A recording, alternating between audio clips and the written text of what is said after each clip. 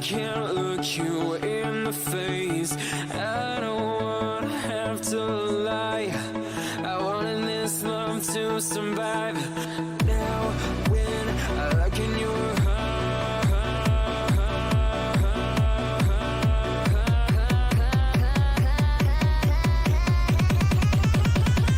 I feel paralyzed.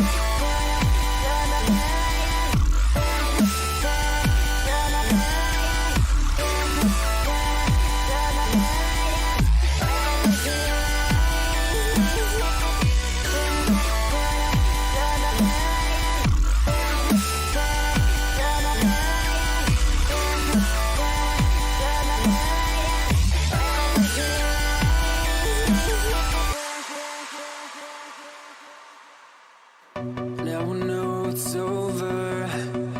I see you passing by, hand in hand, with your perfect light. My body, a ghost town, feels like someone cut out my tongue.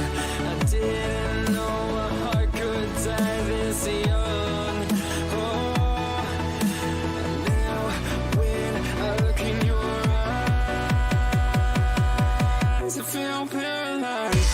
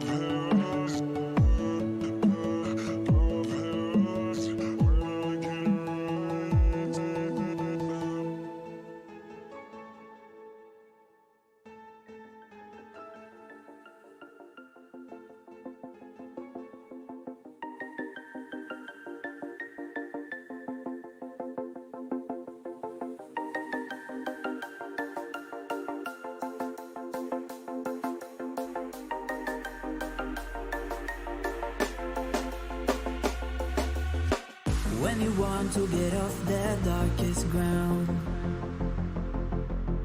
but gravity pulls you straight down. Earth from a bird's eye view. You should grow feathers and see this too. When you want to get off the darkest ground, but gravity pulls you straight down.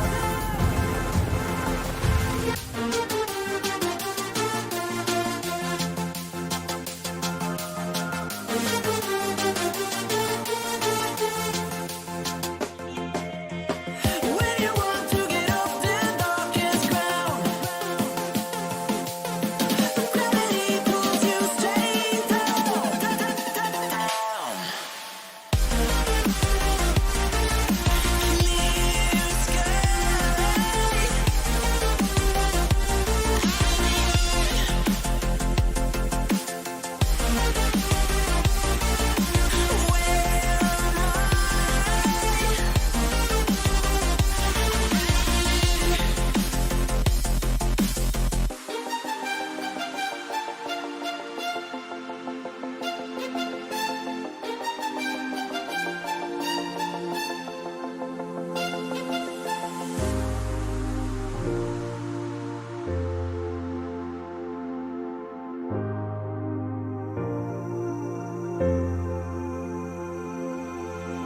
When you want to get off that darkest ground,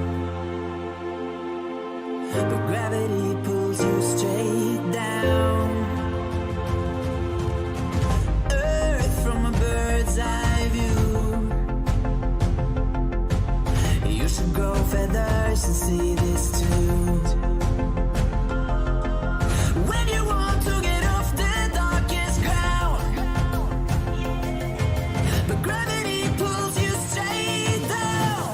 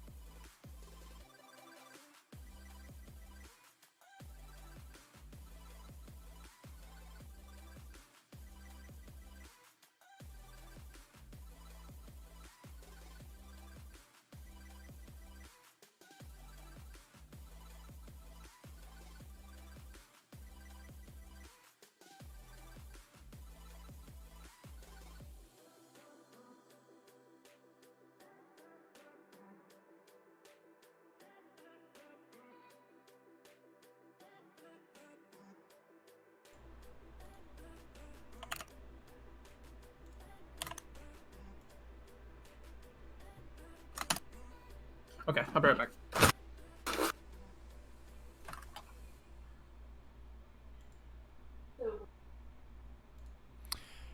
Hello, ladies and gentlemen, and welcome to the ESDL. This is Championship Series time today, baby. It's a best of three in this matchup between No Practice Squad and Fatal Infernals. These teams are both ranked high gold in League of Legends right now, so this should be an exciting game. We are just waiting for the final set of players to load up into the lobby here, and we will get this thing underway for you. I'm your host, Faoline. Happy to be casting these games for you today. If you joined me yesterday, then you know I did a little bit of a solo cast. We might have a color caster coming in a little bit later today, but as of just this moment, it is just me solo casting, so happy to bring these games to you.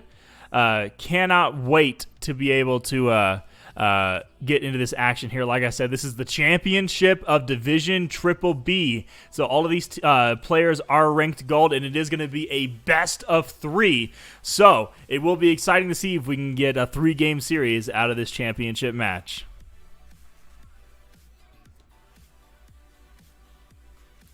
And joining with me today is going to be one of my returning color casters in Apsis, who finally was able to get his brand new mic fixed, and he now no longer has technical difficulties.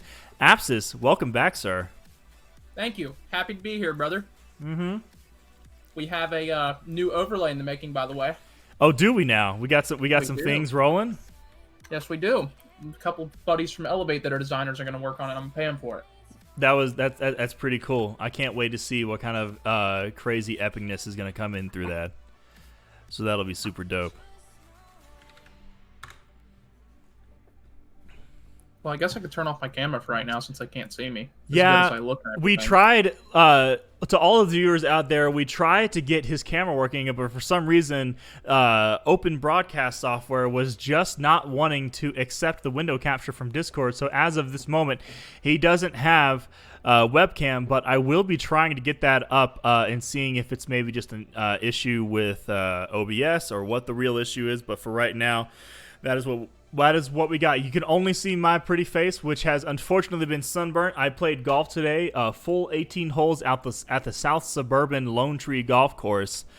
Played pretty well, but did not sunscreen the face, so I'm a little red right now. But that'll be alright. You know, I particularly like the part where your face kind of looks like the YouTube logo on the left-hand side of the screen. I think that you look great, and I think that both of us with our new hairdos are going to move right along, and we're going to have a great time tonight. Yeah, absolutely. If I can get this your camera going, then I will highlight your amazing new haircut. Thank you. You should turn it back on because I'm going to continuously try and get it to work here. Okay, sounds good. I'll turn it on right now. Oh my lord. Man, I wish you guys could see what I'm seeing because it's something to see right now. That's for sure. It definitely is. Like, I used to be like, okay. Like, I used to be like, you know, girls would be like, yo, you're cute. But now I'm like, hot. You heard it here first, ladies and gentlemen. Self-proclaimed hot guy, Apsis over here. Sounds like the entrance to a porno. Self-proclaimed hot guy smashes. Never mind. I know my videos aren't made for kids, and the ESDL is rated T for T, you know, because of League of Legends, but, you know, wow. Wow. Okay, still not working. I'm going to restart the Discord and see if that has anything to possibly do with it. And again, we're still waiting for the final team members to join up here. They do have only 1 minute remaining, and then if the final teammate is not in, then they will actually, unfortunately, forfeit a ban for the first game. Very much so. I'm going to go ahead and restart my Discord while we have a little bit of downtime as well to see if that fixes it on both ends here. Okay, cool. So that'll be restarted there. The Discord is restarting. But it is incredibly exciting to have all of you here with us again. This series should be really good. Currently, right now, I'm still just a gold level ADC. I don't play a whole lot, so the grinding doesn't really happen. You know, my Jhin has like a 70% win rate out of like 80 games, so that's pretty clean. And I'm starting to pick up Ezreal, be really good at him, and Vayne as well. I just don't play enough to get into the platinum diamond areas. Which I feel are more like my home, but I'm pretty sure everybody that's in League of Legends ranked says that they belong in the division that's higher than what they're at. So if they're like silver, like I should be gold. If they're bronze, they're like I should be silver. But I'm gonna go ahead and agree with you there, Faoline. I think that me and my bronze ranking deserve to be at least in plat. At minimum. Yeah. Because like. It is very rare that I get shit on, Happens maybe like once a game. Mm-hmm. So I feel like if I'm higher up, I'll be alright. I can't believe I just heard that. Such excellent things coming out there for sure. Let's see. We're getting ready to get everything started up. Oh, we got some whispers going on here.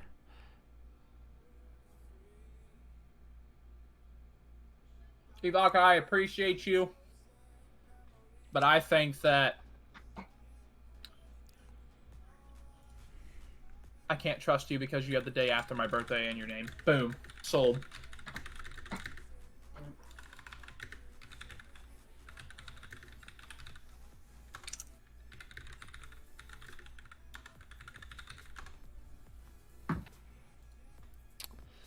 Do we know which team is which as of right now? Right now, we do not know, but we do. But the teams are Fatal Infernals versus No Practice Squad. Again, for all the viewers, I sincerely apologize for the delay. It's not my fault. I started on time, but these teammates were not ready. Now, here's what's even more interesting: the ESDL official rules state that if the game is not started by 15 minutes after the hour, then they will then one of the teams that's not fully here will actually forfeit the match. So I really hope that doesn't happen because I was specifically asked to cast this game because it's a championship match and I want to bring this exciting content to everybody. But hopefully we will get it going up here. I'm going to have to agree with you there. I'm really hoping we get a start here soon. I feel like these two teams are just finger-licking good. And the keyboards have Cheeto dust on them, and we're just ready, man. Cheeto dust. Cheeto dust, he says. I also had a black screen. I had to rejoin the lobby myself. Try my camera one more time, because I know I'm beautiful. Dude, our new overlay is going to have me and you on this screen, so we can both look beautiful. Oh, bruh. So that way there will be two different versions. There'll be one for if you're by yourself, and there'll be one for when both of us are here. This is so nice. I'm gonna right? The production quality is gonna go up. Now, what needs to come up besides the production quality is we need to get these teams loaded up into this game. I'm so ready for picks and bans to start. Like, you have no idea the anxiety that I felt right now. I rushed home from the golf course. Like I said, I played a pretty decent round, but I wanted to be here for everyone. Especially this game coming on out. So I want to give a shout out to the viewers here and ask you guys what you guys like to do in your free time, because I am on Tinder swiping right now, trying to make the best of my time. What do you guys do for your free time? Bro, this microphone, I feel like a real caster with this microphone. Like I feel you, Like, I felt real as shit. Like, I hooked it up and I was like, this is it. Like, FaolineShout's going to respect me. I'm not going to get talk shit to no more because of my mic quality.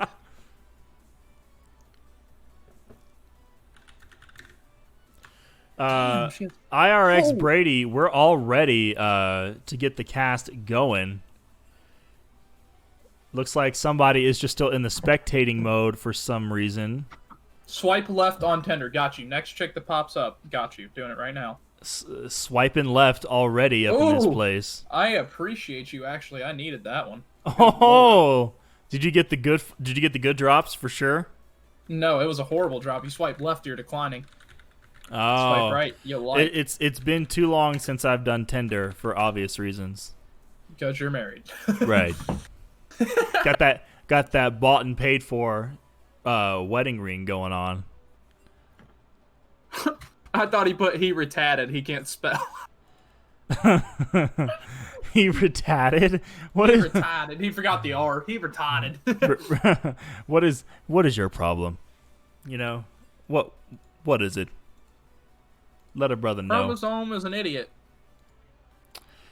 I'm gonna try getting your thing up in here. We're just waiting. It looks like there's a spectator in here. It's int time, so we're just waiting again. Ladies and gentlemen, I don't know what to tell you. You know, it's not my fault. Inting.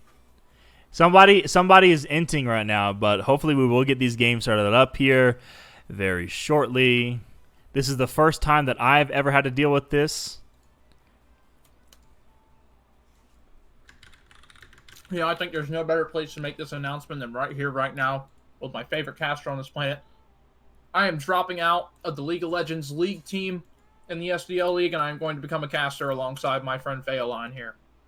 Ooh, he's dropping out of the teams to go to the full-time casting. What a bold move.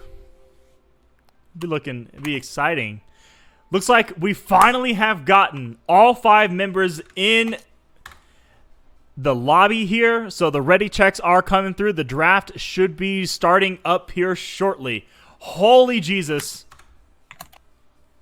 No, do not wait. Why would you tell them to that's because I gotta that, he told me, but the lobby collapsed right after.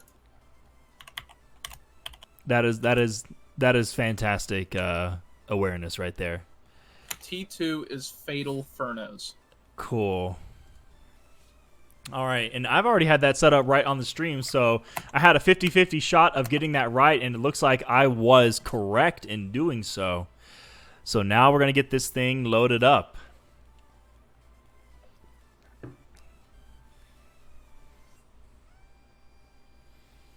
Let's get it. The ready checks are coming through. The game should be starting up here shortly. I know I can't wait to get this thing going on, that's for sure. How do I sign up as a, how do I take away my, thingamabob and sign up as a caster? I will show you after these games. It will be my pleasure.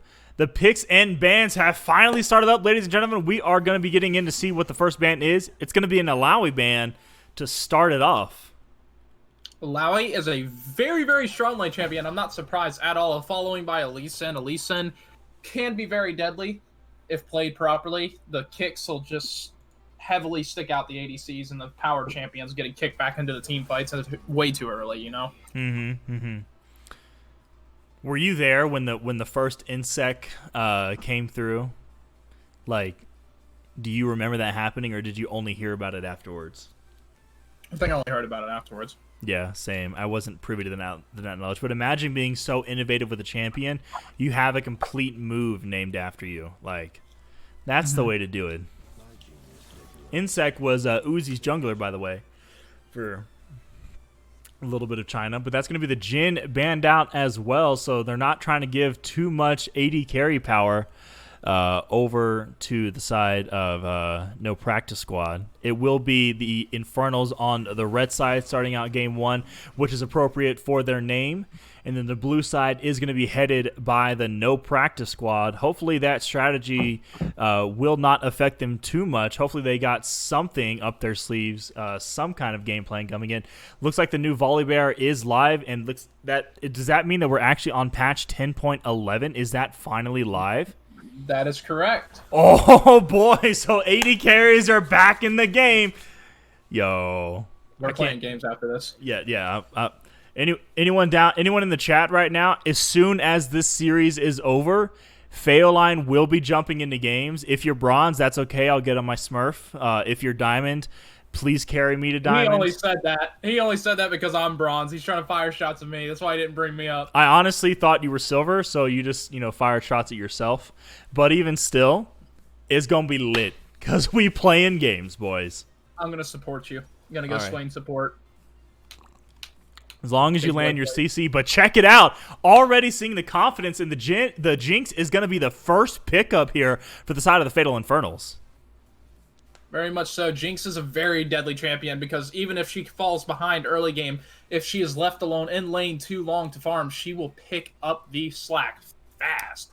Yeah, Jinx was voted the AD carry most likely to get a pentakill in high school, and also pairing that up with a great peeling support like the Braum, which also has the stun passive, that is going to be an absolutely dominating lane. So, Fatal Infernals understanding the meta, understanding that the new patch has come out as well, and they are prepared for this. Meanwhile, on the side of the no practice squad, Echo and Kane are going to be the pickups, trying to get some solo lane pressure. That's very interesting. I was actually about to ask you that. I was about to say, do you think this Echo is going to be a mid laner or a jungler? Definitely going to be a mid laner for sure. Kane will be going into the jungle. I can't imagine anything else coming through. Else? Yeah, especially now that we see the Tristana. Which kind of odd because usually, I mean, you can still pick up the Nautilus or something like that with the Tristana. But with the Braum, I mean, Braum is such an incredibly aggressive support. You know, he will snowball. That's a very odd pick into a Tristana, or a Tristana into a Braum Jinx. It's just, it's Ock. Yeah, it's Ock for sure. She has the escape compatibility and she can jump over him, but at the end of the day, he still is very tanky and very hard to get out of the way no matter how you approach it. Yeah, and because Tristana's jump animation takes so long, if Jinx reads that or even predicts it or uses the ability the moment the jump comes through, then she can land her traps, walk away, and Tristana will just be stuck on a trap for 1.5 seconds. Very much so. Jinx, I'm interested to see who the support coming in here is for. Yeah, that's really going to dictate this lane. I would have to imagine we see some kind of engaged support. I'm thinking either a Set or a Nautilus or a Leona or something along those lines. Potentially even a Thresh. But now with the so what's even more interesting here is it looks like that is the direction that Fatal Infernals is trying to push to the no practice squad. They banned out the Senna and they banned out the Morgana, which are two supports that like to focus on catching and poking. So they want to force an all-in type 2v2 lane. Which is a very smart decision here. The only other real support that I could think of that would pull a good fight against this Jinx Braum would be Swain because of his tank and his E. Yeah, but the Braum shield can come up and that will Lux. deny. Lux could be very compatible here with the Tristana bot lane. I could see that potentially happening here. That could be a pickup as well. But I'd again, also like to see a Nami. But what's so good about the Braum, though, is that his shield wall will block all of those projectiles. So, I mean, they've really come up with some great strategies. Yeah. It's super good. Like, legitimately good. And they've also picked up some strong top jungles duo as well. The Ornn is an incredibly strong champion, and providing that late game... and they must have been listening to us or something, because here comes the Leona ban trying to match this Braum here. Now, Tristana, Leona, very strong in their own right as well, because when the Leona is able to go in with the Zenith Blade and then the stun, that is going to give enough time for the explosive charge to come on to the priority targets and explode with the 4 auto attacks. And check it out.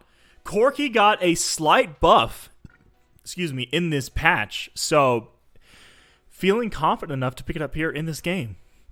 Corki did get a small buff. That's very much correct here. And I'm actually super interested to see him play mid lane because I know before he was used as an ADC, he was actually a top laner. What? You're talking about old school games, yeah, that's old school. That's like 2013, 2014 ranked was Corki top. Bruh. Yo, top lane used to be the solo lane kingdom. Like, I'm just gonna 1v1 you and beat and destroy you. Fun fact for all of you you viewers that started playing after you saw Faker outplay Ryu in season 3 LCK finals and whatnot. AD carries used to be going in the mid lane. It used to be always like Ashe versus Sivir in the mid lane. That used to be meta. Yes, it did. Mm-hmm. Yeah, see, I'm interested to see how this is going to play out because Kayn is if played correctly, Kayn can be very deadly here. But at no cost should they underestimate this Zac or Braum because of their tankiness late game, no matter how the game goes for them. that could be a huge difference here in team fights between the tanky Ornn, the tanky Zac, and the tanky Braum. That could be a very hard team fight to pull through here, but they do have a Malphite Leona. They do have a better source of AD, in my opinion. A lot more damage output for team no practice squad here. Yeah, and we will be getting our 3-minute spectator delay. Is going to be used for competitive integrity. We don't want any of these teams to be able to listen to our insight or be able to watch the stream so that they can see the other teams' positions and things like that. So we want to make sure that they are relying solely on their own knowledge, their own mechanics, on their own teamwork in order to come out ahead in these games here. So what I like to also follow with what you were saying before is Malphite and Kayn and even Leona have some great go buttons. Malphite Leona just presses R and then you're good to go, right? So I like the engage potential, the mid-game scaling coming out of the side of No Practice Squad. But when it comes to late-game team fights, standard front to back, Ornn, Zac coming in there with a huge front line, the peeling support coming in from the Braum, and the Corki able to go into the back line and do a lot of damage as well. Fatal Infernals is my type of play style. I cannot wait to see if this team can actually come through with the Game 1 victory here. Very much so. And, that's a very interesting combination here because both teams have a setup where in a team fight scenario, if Leona can ult a group of people and get that slow in, Malphite can come in for the knockup. Oh, the and wombos. Get a huge health advantage here depending on how this Malphite plays. But also, on the other hand, if this Zac is able to throw himself into a team fight and knock up people, that Ornn has enough time to get his ult out and into position to stun. Yo, think about this, though. Think about Leona ultimate into Malphite ultimate into the Echo Stun. How much CC, AoE CC, would that just be completely devastating to have to deal with? Absolutely. Dude. And, I honestly think it's going to really come down to, this game is going to come down to who's got the better ADC here, because there's so much tank here that at the end of the day, they're going to need people that can shred the tank here. Yeah, very much so. You did bring up a good point. There's not a whole lot of tank shredding, abilities coming out here from the side of No Practice Squad. I mean, especially if we get a blue Kayn as well, I don't see No Practice Squad having any ability whatsoever in the late game to be able to do anything. Very much so, but then again, if empowered early game, Kayn, Echo, Tristana early game, if they get good kills here in the early game and jump ahead, that could be very deadly late game. 100% doesn't matter how tanky you get. A fed Kayn is a fed Kayn. A fed Kayn is a fed Kayn. That is true. But so it's going to come down to see if the execution is going to be able to come through. But man, the game has just started to load up here, so it will be just a few more moments, and we will, after this long delay, finally get into this game for y'all. Again, if you are watching this and you're rooting for any of these teams, let's get some let's go in the chat, either Fatal Infernals or No Practice Squad.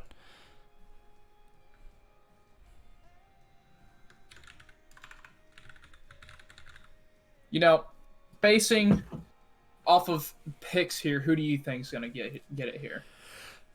If the game goes late, it's a 95% win chance for Fatal Infernals. But if the No Practice Squad gets an early lead, then they have a better chance of closing it out. Very much so. And see, the thing is I personally think I'm going to have to go with that statement as well. Or actually, no, I'm sorry. I'm going to go for No Practice Squad here because I feel like in the jungle, Zac is a great jungler and all, and he can be very, very useful, but I think that Kayn has a way better advantage at taking buffs here and taking objectives than Zac does, He has a way better farming rate for dragons and stuff like that, like Dragon Scuttle. Like he's able to come through walls and steal, stuff like that, and he's got his damage, but I mean, once he hits one bounce, he does have to come up and go back down, and it's all based on a gameplay, but I think that the better jungler here will take the objectives and hopefully try to keep his team ahead. But if they fall anywhere in this game, fall anywhere behind this Zac, they're in big trouble. Yeah, absolutely. It is going to be really dictated in these early levels here which team is going to be able to find the footing here. But the game has loaded up, just getting everything set up for y'all. Objective timers, scoreboard, and then the fog of war to lift for this game to start.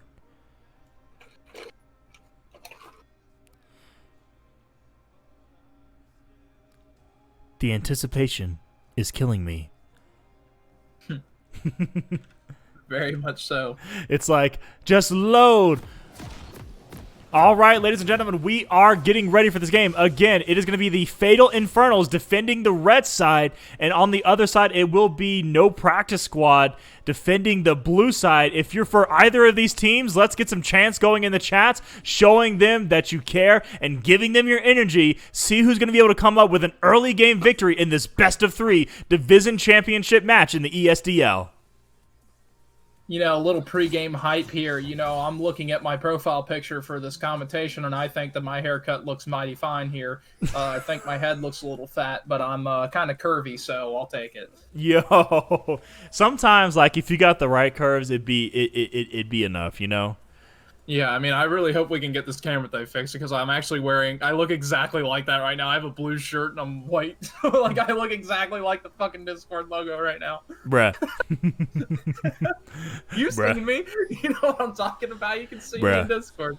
Like, look, doesn't my shirt, like, don't I kind of look like it? I mean, you know, the shades are a little different, but I can still appreciate the attempt for sure. Now, we did see a little bit of early game craziness coming out. The ward was cleared, so Malphite up 15 gold, so the gold lead already in the favor of the No Practice Squad. If they can keep this gold lead snowballing, then they will be able to take control of this early mid-game. Now, I'm very interested to see how this Corki's going to play against this Echo because I haven't seen or heard anything about what happened to Corki. I didn't even know he was getting buffed. I haven't been keeping up with my Pro Guides videos. Oh, yeah, I got to keep up with those. Yeah, I haven't watched any of the more recent ones. It's been a day or two, so I'm a little out of it for right now for the new meta. All I know is about Volibear. So this should be an interesting matchup here. Yeah, when champions get reworked or new champions fall out, it's usually the buffs that everybody forgets about, you know. Right.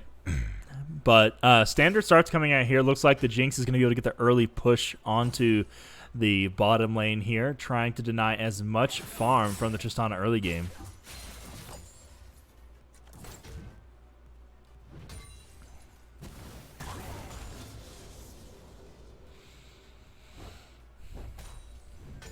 You know, and the one thing that I didn't really think about for this matchup is that this Ornn also gives his team advantages at purchasing better items than the other team, which can be very useful late game. Yeah, the ornaments are so good, especially since we see a Jinx coming in as well as a Corki.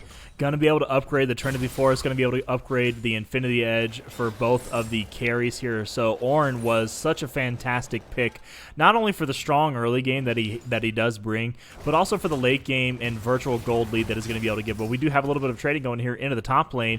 Malphite trying to get it better, trying to get the trades going on here, is running Arcane Comment. Surprisingly enough, so no Grasp of the Undying, which is what you usually see in the top lane, but Malphite still trying to find the additional gauge. Now has a bigger push going in, but that's going to be the Echo going in as well, able to proc the Execute into the mid lane there. Oh, the Ornn actually tried to go in as well, but then now we have a fight going on here into the bottom lane's got a lot of early damage coming out. The stun is going to come through surely. That's Zac falling very low. Heal and Ignite going to fall down as well. Kayn is here, but how much more damage are you going to be able to find? That's not enough focus coming out here from the Jinx, but is able to land a few more auto attacks. That's going to be the Zenith Blade going onto the Leona as well. But that will be a flash away, and a lot of slows coming out from the Jinx. She might be able to pick up something else, but it looks like the damage will not be able to come through. First Blood actually picked up in the mid lane while we were watching the bottom lane. I'm going to go back and check that out real quick so we can see it. We had an Echo flash in and take out that. Yeah, he dropped the Ignite. Now the Corki's super low. We're watching it now. And she's actually going to be able to go in with the clean flash, able to pick it up. What a great pickup there.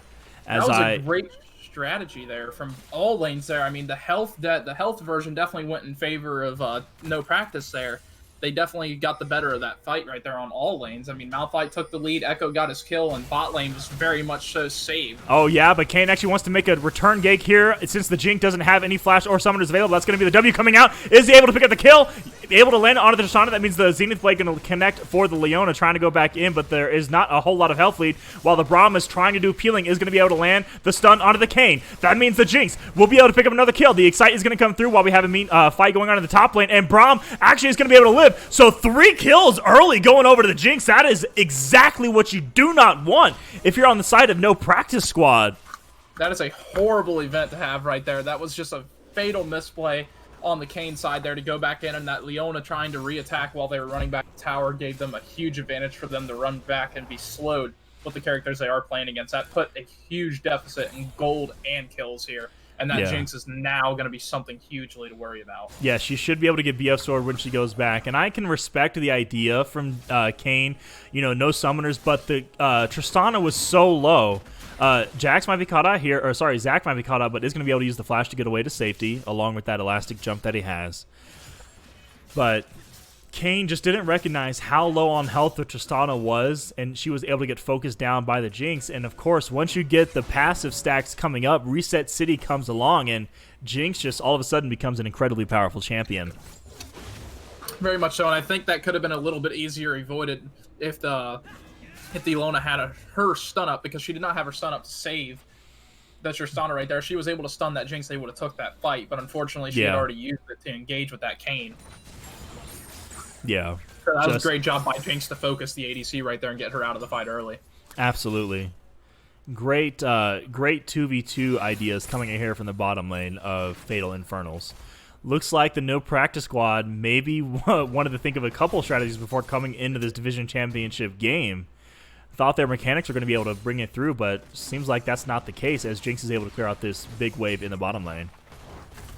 Very much so. The top lane's looking pretty interesting here. Malphite's about to engage, get some health regen off here. Hopefully. His health regen is actually unreal here. Yeah, it's kind of ridiculous. The Echo has made his way over. The ultimate is going to come through from the Malphite. There's going to be a lot of damage onto the Ornn, and he will fall with the superior rotation coming out from the no practice squad's mid laner. Very much so, and I feel that Echo made a very smart play there, as he fell a little bit behind in CS against that Corki, but he was up 1-0 over the kill lead there, so he can sacrifice that little bit of CS for not only a kill, but an assist for his top laner. That was a very good move on their part. Absolutely, absolutely. And we see Kayn trying to hover on this bot side again. He wants the Jinx to fall. There is a 300 gold bounty onto her already. Braum trying to clear out this vision. Actually might be caught out here. There's going to be the passive going on to the Leona, but that's a lot of damage coming on. Tristana going to use the jump to be able to go in, and the Braum will jump to the Jinx, but that's a lot of damage coming on. That's going to be Tristana actually falling, but Braum will fall as well. So far it's a 1-for-1, but teleport used from the Malphite, but does not have ultimate available. The heal is available, is going to be used onto the Jinx. That's going to be a double kill for the Jinx. That's going to be the W slow. Triple kill kind of come in. One more auto is going to be able to do it, but the Jinx, but the Kayn might be able to go away, but the Zac is here to provide support. So one more auto, that's going to be able to do it. Jinx going absolutely massive in this game. Not going to be able to land the slow, but Zac is here to provide even more utility. Going to be able to get the knockback, but Jinx is just going massive. One more auto would have done it.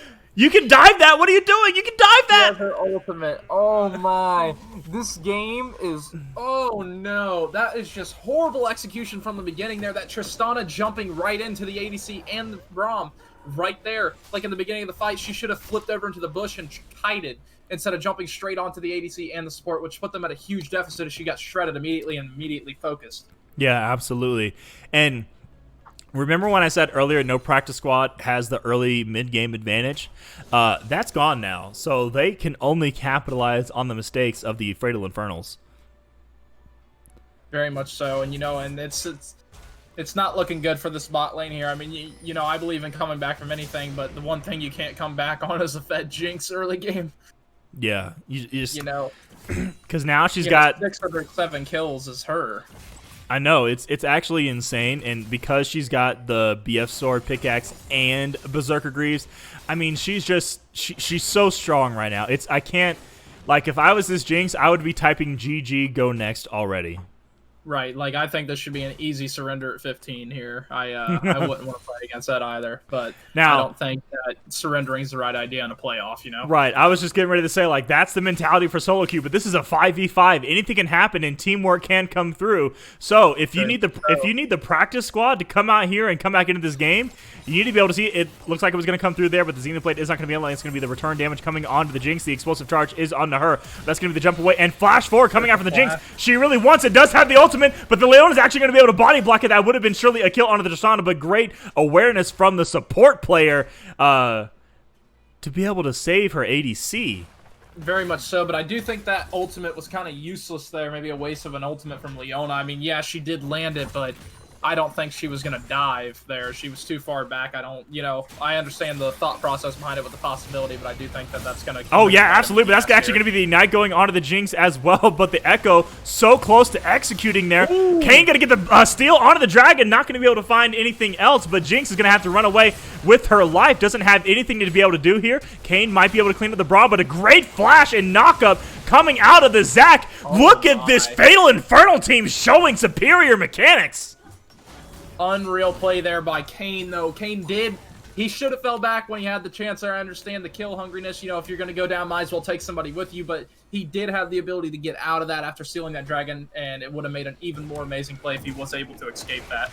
Yeah, absolutely. But instead, another kill goes to that Jinx, and that is just adding up one by one. Already has Infinity Edge and her boots. At 10 minutes? Ooh, that's kind of... We can already... Check that. You can already see the power of these buffs that are going over to these ADCs. She already has so much agency in these games, and I'm promising you, as soon as this cast is over, I'm jumping into League of Legends. Same here. I'm right there with you. All right, but now, since the first blood, it's just been a little bit of lull here in the top lane. Also going to come out from the Ornn, trying to land on the knockup onto the Malphite. Will be able to flash forward, going to be able to proc the Brittle, and that's going to be a lot more damage coming out. It's going to be one more auto, but flash away from the Malphite is going to be able to get into safety. Great trading coming in from the Ornn combo in the top lane. Very much so. You know, the pushback that Malphite's going to have to recall. He can stay and try to clear the way, but he's going to have to recall, which gives this Ornn the ability to back by and come back and get it right back to it. You know, he's not behind by much, but he's ahead by kills here. And, you know, he already has his full boots and two starter items compared to this Malphite's basic boots, you know? So, yeah. This is looking to be an interesting match. I think if tanks play tanks and just focus on tanking because of this Jinx, it'll go better. Yeah, the Jinx is actually able to catch up the Leona there. So much damage coming through. Ultimate is available. Is she going to be able to land it? Barely misses. But did you see the criticals coming out on the Leona? My. So much damage. From Jinx does at least 300 health a hit. Yeah, it's kind of ridiculous. But the Kayn actually might be caught out here, but is going to be able to use his Death Scythe to get away. But this bot lane push is just going to continue forever and ever. Amen. Corki doing a good job as well in the mid lane. Look at the CS difference. Oh, no. That was a fourth of Tristana's health right there. The W just landing onto her.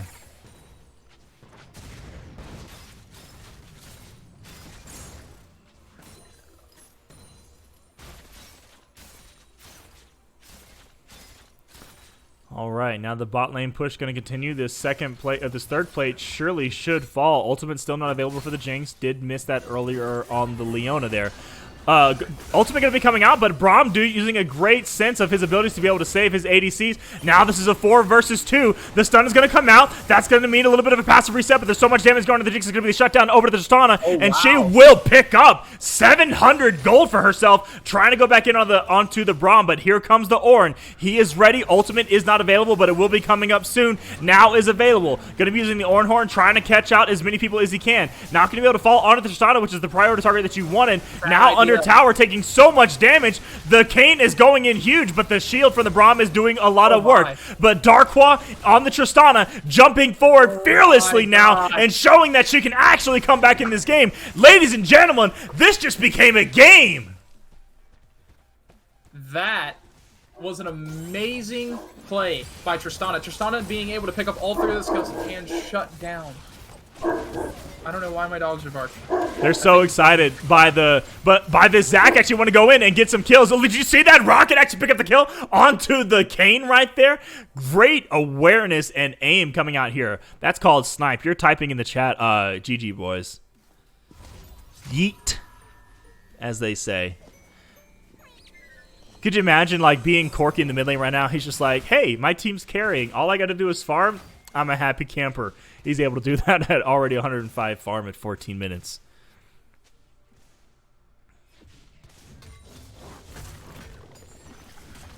You know, this is what I love from these. Oh, but we have a little bit of engage coming in here into the mid lane. It's going to be flash away used by the Echo, trying to get himself to safety. Ultimate not going to be able to land onto the Echo. So that will mean Kane might want to make his way here for a counter gank, but is not going to be able to. And it looks like he did go Did he? Yes, he went the red Kane, which I think was the smart move in this game.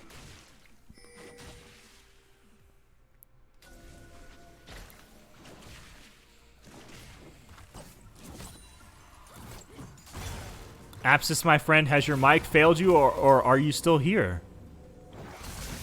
Okay, that's going to be the Ornn actually going, getting 2v1 here. Kane doing a lot of damage as red Kane. That will surely be the Ornn falling to the Malphite. But that's going to mean that Corky will actually be able to claim the mid lane turret. And the Dragon is going to go over to Fatal Infernals as well, meaning that they have a lot more scaling and damage resistance coming in for them as well. Let's take a look. What is the Dragon Soul going to be? It's going to be the Infernal Soul coming up. So, whichever team is going to be able to pick that up will have a clear advantage in these team fights. You can imagine if it goes over to Fatal Infernals, that will be absolutely devastating. The bot tower is going to surely fall with one more auto.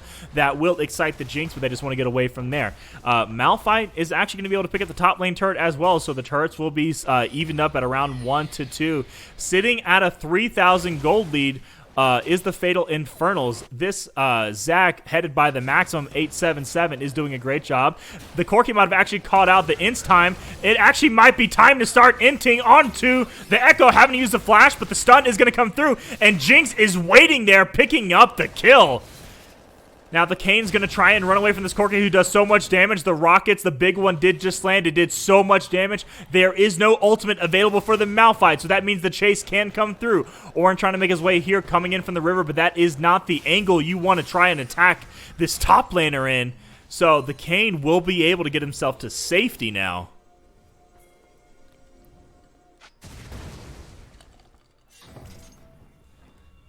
The Braum just waiting in the wings here. Looks like Corky really anxiously wants to get some kind of kill, looking just to focus onto the top tower there.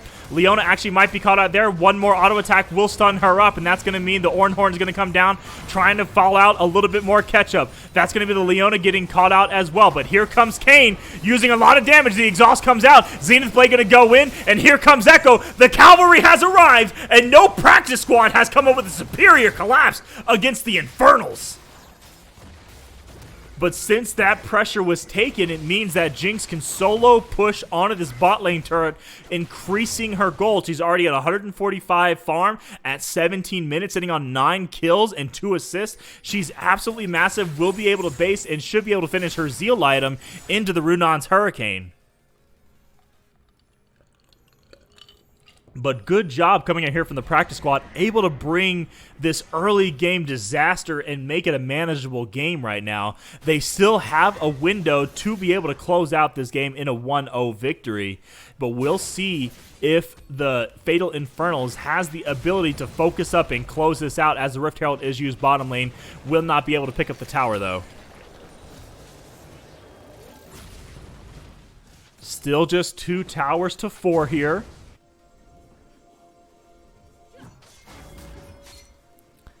As we wait for the further engage, Malphite actually might be caught out here by the Braum, but no, it's the Braum that's actually caught out. Is going to be able to use the ultimate and then use the Corky to be able to get away. That's the stun coming out. Ultimate going to have to be used from the Echo to get away. 2 more auto attacks would do it, but does not want to go in for the Echo stun, and the rest of the Fatal Infernals is here. That means the Leona actually might be caught out. Going to use the Zenith Blade to go in, but is going to be stunned up by the Braum passive. That's going to be an easy kill going over to Nazu on this Jinx here. Zach able to catch out 2 members as well. How much more damage is going to be able to come through. The chase will come. That's going to be the Jinx trying to land the W slows. But no further engage is going to happen as the explosive charge goes onto the Corki. That's going to mean a lot more damage going on to him, but no more autos are going to be able to come through. That means the Kayn does want to make his way into this fight, is looking at these juicy kills, really wants to go in. Malphite does has ultimate. This is going to be a little bit of a team fight. The anxiety, the push and pull is coming on now.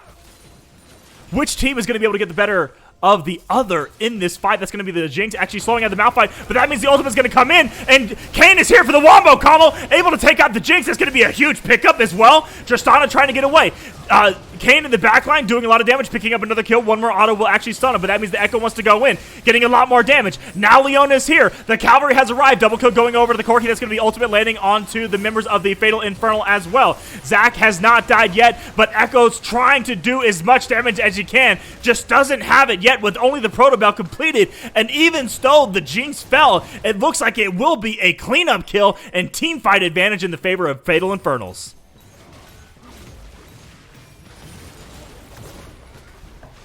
Zac trying to catch out the Echo here, who is just trying to get away, maybe trying to find one more kill, but needs to be incredibly safe here as the Corki uses the Valkyrie to get away.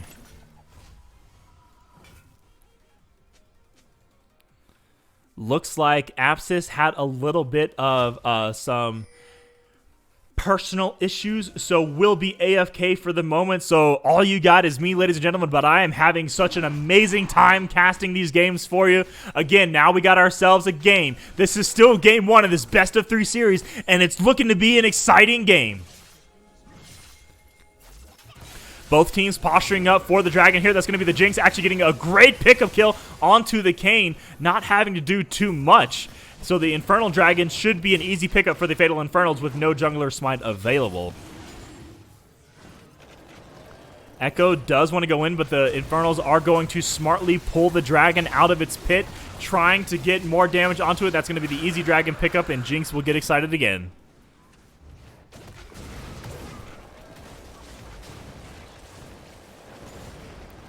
The Fatal Infernals are doing just such an amazing job against the No Practice squad. They're out-farming them completely. Jinx has already doubled Tristana's farm, so they are showing superior knowledge of this game and superior priority as well. The Corki going to be able to clear out some of the small raptors there. Jinx Trap's going to dissuade the engager coming in further. It's going to be the slow landing onto the Leona. Not going to be able to find anything else, though, just wanting to be able to get the mid lane priority because the next objective on the table is Baron.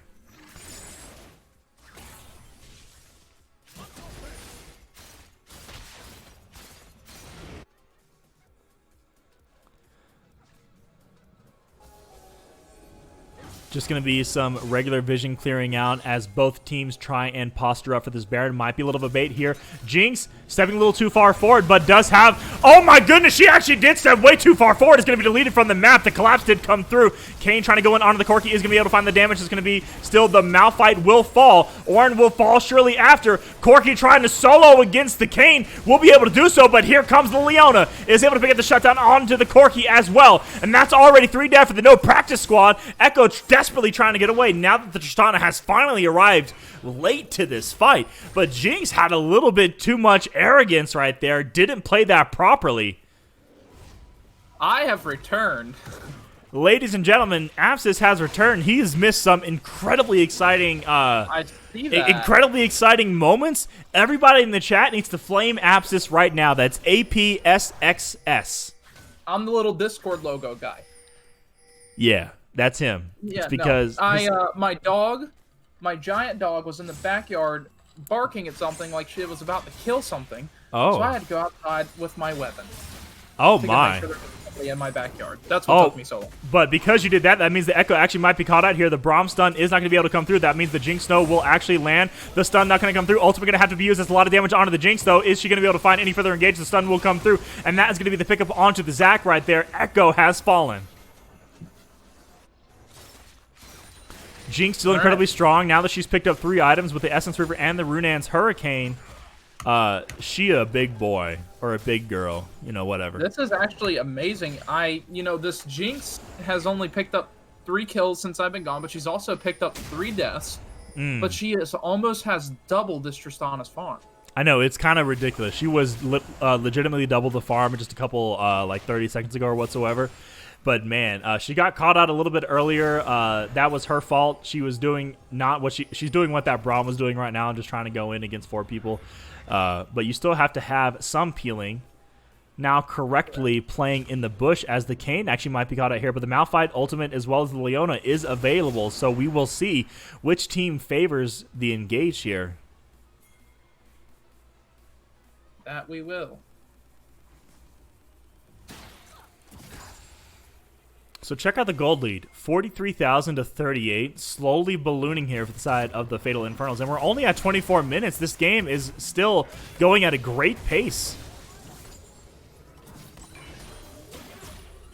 Oh, the Ornn actually is going to be caught out here. A little bit of damage onto him, but he has a Negatron cloak, so that's not going to do much of anything, especially paired with the Mercury Treads.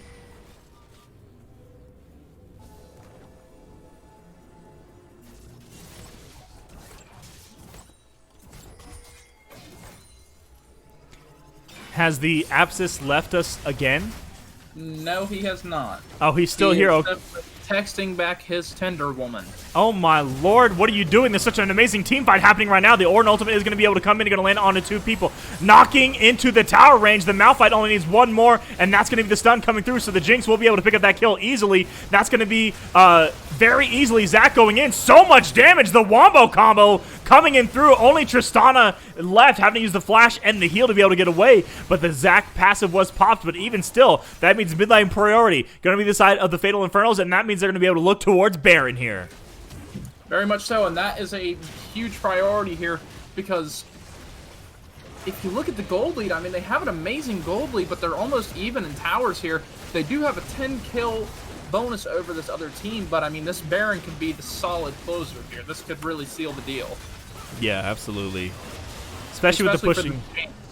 Yeah, I was just going to say just because of the Jinx and her pushing power, but the Infernal Dragon is up as well. Looks like they want to pick up that buff before going back to base. This is super crucial that this blue team, that practice squad, picks up this Infernal and does not let them get this, because if they take this one, and they will have priority already because of Baron, and they sacrifice that next one, that soul may end the game. Yeah. Baron already going to be started up here. Only Leona is here to be able to posture up. It's falling so low so quickly. That means it's going to be Dragon's Infernal Dragon picked up here, but the Kayn does want to go in. Echo is not going to be able to land any stun, but that's still a lot of damage going on to the Corki, but might have bit off more than he can chew. Having to use the ultimate to get himself back to safety. Here comes the Leona trying to get as much stunning off as she can, but the shutdown onto the Zac is going to be able to come through. Everybody from Infernals is so low. Look at this collapse coming out of the practice squad. Tristana feeling confident, able to jump forward. That's going to be shut down onto the Jinx here as well. So clean ace coming out from no practice squad. That was an amazing engagement there by that Leona. That Leona did everything perfectly, was able to stun long enough for everybody to get their ultimates off and put in the damage to get them low enough to secure that fight and put the other team on the run where they just reeled them in. Yeah, amazing play. Chom Suman on this Leona is popping off, playing these fights perfectly. From 10-kill deficit to perfect team fight. No casualties, almost full health for everybody. They're going to get an inhib off of this, hopefully, if that's best case scenario, and they have closed the kill gap from 10 to 5. Yeah, and they got an inhibitor lead, too. Oh, man. This is a very solid first map. I can't believe that they were able to come back in this game. Those fights were incredible. One of the best comebacks on a Jinx, on a Fed Jinx that I've seen in a while, but the game's not over until it's over. Yeah, game's not over until it's over. She's still incredibly strong. Now has the ornament upgrade in the Molten Edge with the Guardian Angel picked up as well. So now she's incredibly survivable as well. Flashaway going to have to be used with the Echo, who is caught out here. Ultimate going to come through, but is going to be going into the waiting arms of the Jinx, who will be able to pick up the kill. A lot of damage coming on her, though. But still, she's going to be able to heal up with the Runan's Hurricane. So that means Echo's going to be down. Very much so, and I don't think that ultimate was really worth it. He knew either way he was going to fall. I know he had an escape route, but he did see all 5. I don't think that ultimate was really worth going back and having to put a recall timer on that, you know? Right. Especially, it looks like the kill went over to the Jinx as well, so it's just like... Corki secured the kill on that somehow. Oh! Okay, but actually looks like the Kane might be caught out here, but the Zac just so much healing. Leona ultimate going to land only onto the Braum. That is not the target you wanted to be on. But now the mid lane push is going to come through. There's a lot of members here. The tower will surely fall. Jinx is going to get excited, but Tristana has tried to made her way over into the flank here.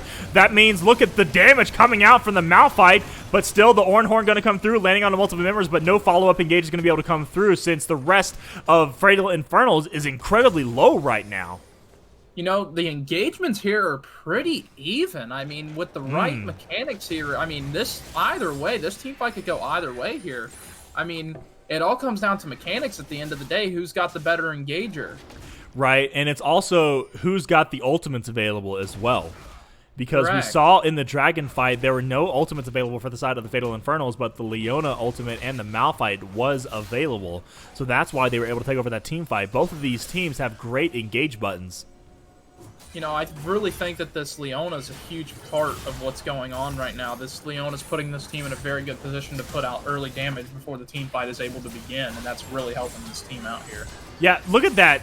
Leona ultimate used onto the Ornn trying to kill him. It's going to take 3 to do it, but he surely will fall. I feel like that was too many resources for just an Ornn, you know? I agree, but I mean, that pick was definitely, that 45 seconds was definitely worth the cooldown.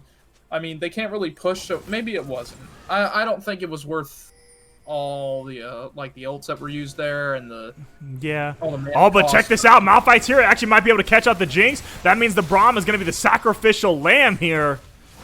Will fall. Look at the team, the rotations coming off the side of the no practice squad, realizing that their only way into this game is 5v5 team fights.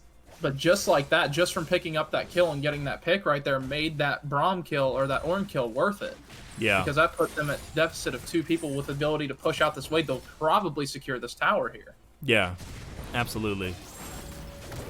Echo trying to go in. That's going to be the knockup coming in from the Zac on a 3 people. Flash away. So that means the ultimate is going to land from the Malphite. Jinx is going to pick up a kill. Now she's excited. Here comes the Ornhorn going in. Echo going into 3 people under tower. Will fall. Nazu able to pick up that kill. Oh, here comes... Oh, my goodness. That rocket did so much damage. Mega death indeed. Tristana had like a third health left and still, pew, she was dead. That was a very, very bad engagement there on the side of no practice squad. I mean, you're down players already, and, you know, engaging under a tower is never a good idea, especially still at, you know, 30 minutes into the game. You still don't have as much health as you will for the later team fights. I don't think that was a very useful engage there, and it costed them big time. Yeah, I mean, they had the numbers advantage for sure. It's just the Malphite ultimate did not land onto anyone because the flash came through for the Jinx. So she wasn't able to pick it up, and it looks like that's going to be Infernal Soul going over very easily to the Fatal Infernal squad, living up to their name. They're about to close the coffin on a no squad, picking up 3 Infernal Drakes. That's 12% extra damage going on over the side of them, as well as the Infernal Dragon passive. So they strong. They're really strong. Agreed, and I really, I'm really interested to see how this is going to play out in the end, because we got 6 seconds until Baron comes up here, and Jinx is already wanting to target it, knowing that they have a chance of it being stolen by the other team here if they try to pull a fast one here. But it looks like they're just going to clear and focus on getting that river scuttle, so that way they can have that extra vision if need be. Yeah, and it looks like as well I was just going to say Corki hasn't got his Trinity Force upgraded, but it looks like the Echo wants to go in a little bit. The teams are both pulling back and forth. Kane trying to wiggle his way in. They're definitely posturing up for this very common Baron dance that we see. But now the upgrades have come through. The only upgraded items that haven't come through are on the Zac, but he's incredibly tanky right now, so it's fine. If Practice Squad can fight inside of that scuttle buff, I mean, they might have a huge opportunity, like a huge priority chance there. I mean, the speed and the abilities, like the little buff that it does give you, will pay off huge in the matter of a team fight. Baron, there are always debates on how much Baron is worth in a team fight. So neither team willing to start up the Baron, but still wanting to posture up. I think starting Baron as a distraction is a good way to go, but at the end of the day, I think if you know you're going to team fight, there's no point in trying to secure it last second, because either way, there's only going to end up being 2 or 3 people that receive the Baron buff, and it's just not worth it at that point. Yeah. Check this out. Jinx went back to base, was sitting on a Vampiric Scepter. Instead of picking up the Bloodthirster, opted in for the Bork right now. So she's not available for this team fight, but the Zach does still want to go in onto this Leona right here. Not going to be able to land the stun, but is going to be able to land the knockup onto 2 members. Here comes the Oran Horn, and that's the Corky actually catching out the Malphite right there. Is able to find the damage. So here comes the Echo as well, trying to get away, and that means 2 dead already for the side of No Practice Squad. Corky showing that he can carry this game too. Will actually get caught out by the Kane there. Bork going to come through from the Jinx, and that means it's only Tristana. Great Blast Cone coming in as well. Only just a little bit more damage. Mega Death Rocket not going to land on anyone as a great split came through from the Leona and the Tristana. But surely she will fall to the Zac here under tower, able to pick up the kill. So that means only the AD carry remains. And the call looks like it's going to be game ending. Don't even need the Baron right now. You know, I really am going to point out that Kane made a horrible decision to go in there for 1 kill, knowing that there were 5 people in that jungle. I know he did secure the kill, and I know he was just trying to protect his teammate, but at the end of the day, that just costed him not only their turret, but also their inhib and possibly a Nexus turret. Yeah, this is absolutely going to be game with the members barely just coming up now. Look at, that was just 2 auto attacks onto the Tristana, already sitting at just like 100 HP. The Jinx's Guardian Angel is still available, so that means that actually will be popped by the Echo, so good on him to do so. Jinx is stuck in the stasis. That's going to be shut down coming over to her as the stun landed perfectly. Teleport now coming in. No Practice Squad seemingly has able to turn this team fight around and protected their base. That's going to be the Zac actually giving the kill on the Echo as well. Leona ultimate landing on the 3, getting a great stun. The Zenith Blade coming out as well. There's so many members that's actually outnumbered. Will the No Practice Squad be able to find it? That's going to be 1 member falling. Kane coming in huge, picking up a double kill. That's a triple kill, and now he's going to be able to pick up the quadra kill. Coming in huge for his team. No. Oh, I thought that was a pentakill. No, the shut. You know, I don't know how I feel about that. You know, like, I know he got a quadra kill, and that was amazing. A great fight right there, and it definitely went in advantage of the no kills or the No Practice Squad there. But like, I don't know. I feel like it didn't really do anything other than delay the inedible there. I mean, like, but you know, that's going to be going on the highlight reel. By the way, anyone watching in the Twitch chat right now, there will be a highlight reel of this game, so you can bet your ass that is going to be in that video. Amazing plays there by Leona, definitely pulling through there for the Kane. Without her stuns, Kane would have been shredded right there by those last 3 players. But yeah, like I said, I mean, it's just with the inhibs down and everything like that, you know, it's great that he was able to end that fight there, but now they really got to win this next team fight if they want to stay in this. Yeah, and it shows you how much damage is on the carries of the Fatal Infernals, specifically the Jinx, because as soon as the Jinx was shut down, it seemed like No Practice Squad had so much confidence going into that fight. Even outnumbered a 3v4, still were able to pull it out. Okay, that's going to be the Baron started up here from the side of the Fatal Infernals. It is following incredibly quickly, and there is not a single member in sight, so this will be the Baron picked up for the Fatal Infernals. And that very may well seal the deal right there. Seal the deal. Seal the deal. Right there, son. My southern accent kicked in a little bit. Hey, don't you worry, I'm from Florida, boy. There, and the Baron on top of that, you know, the minions are already going to be tanky enough. They still have an inhib down. If they can get some of those tank minions or those inhib minions to be Baron buffed, you know, it's not going to look too good in the edible team fight here. Here goes Corky. Here we go. Oh, but the Kane actually might be caught out here. Does have the G8 available, so will not fall so easily. The team fight is trying to come in. It looks like the Fatal Infernals are just simply trying to find a way into this fight, trying to push their Baron advantage. But check this out. The Elder Dragon is available, and then a base was recalled, just came in for the No Practice Squad, so they're not in time to be able to catch this out. But the Malphite is here, paired with the Leona. The Zac is just actually zoning for his team since he knows they're going to be able to do it. The Smite will come through, and that's going to be Elder Dragon picked up, so both Uber buffs onto the side of the Fatal Infernals. Yeah, and we're almost looking at almost a 10k gold lead here, and it's starting to look very, very down for the side of the No Practice Squad. You know, if you're them right now, that is something you do not want to see was a Baron and an Elder Dragon go in their favor, as well as the Ensoul here. You know, right. It's not looking too good. I mean, they are coming back very heavily and showing that they have the will and ability to bring these games back, but when you have a fed Corky and a fed Jinx, the last thing you want to see is a double Elder and Baron buff on that team. Yeah, especially with the ornament upgraded items as well. By the way, I love the Twitch chat right now. There's so many PogChamp emotes going on right now. This is exciting for sure. 100%. And I think that no matter how this game ends here, no matter what, that this was a well-fought battle here, and it shows the will and the passion that No Practice Squad has to come back on a Jinx like that and even make the game as interesting as they did instead of just giving up. Yeah, absolutely. It shows that they are hungry for this championship victory. That's going to be the Corki actually going in on the Tristana. Oh my god! Did you did you see a Tristana there? I wasn't a fucking Discord emoji right now because my face just dropped, dude. Did you see the Tristana? She is no longer in the game.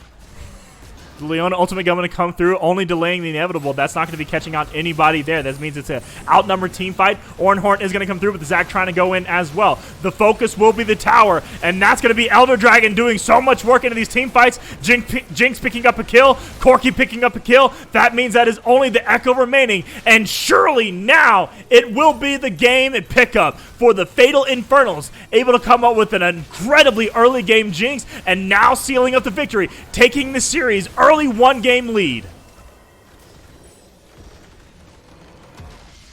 Very well fought battle from both teams there.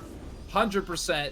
I think that early game lead on that Jinx was kind of thrown away just a little bit, but I think that with the tanks that they had and the ability to rotate onto objectives like that, I think that that's what really pulled it all together there in the end. And I think absolutely for an MVP here, I'm going to have to give that MVP to Corki for the end game there.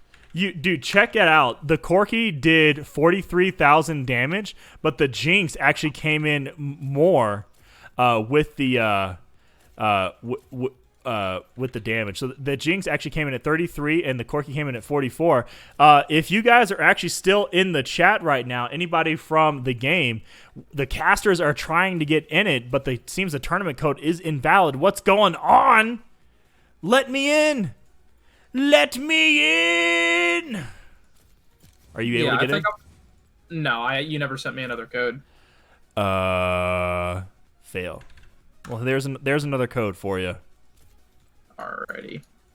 Yeah, no, I think that MVP-wise, I'm going to have to give it to Corki there. Corki really played a really good game there, and that just the ability to one-shot that Echo and get him out of there like that at the late game, and the Tristana, that played a huge role there, and I think that this is going to be an interesting matchup. I think we're definitely going to be seeing a Corki ban from the side of No Practice Squad next matchup.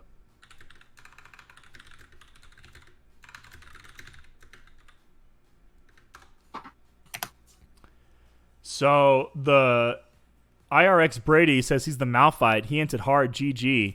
Don't start the next game. Air joining game, invalid code. We're not able to get in. Somebody message the teammates. Somebody tell them because we're trying to get in. They might have to restart the game or something if they've already started it. Come on. I'm incredibly embarrassed right now. No. Guys. Why is the tournament code invalid? Guys, if anybody can fix me, so I'm not while we're waiting. Let's see if we can fix me up a little bit, get my picture going here.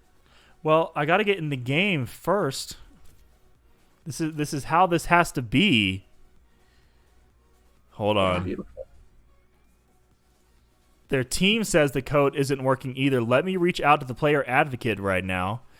Sorry, guys. There's a little bit of technical difficulties going on right now. Please give me just a moment, and I'll be with you shortly. Pog. Thank you, Twitch Raus, for the 1 biddy. Things going legit. Team says the code isn't working either.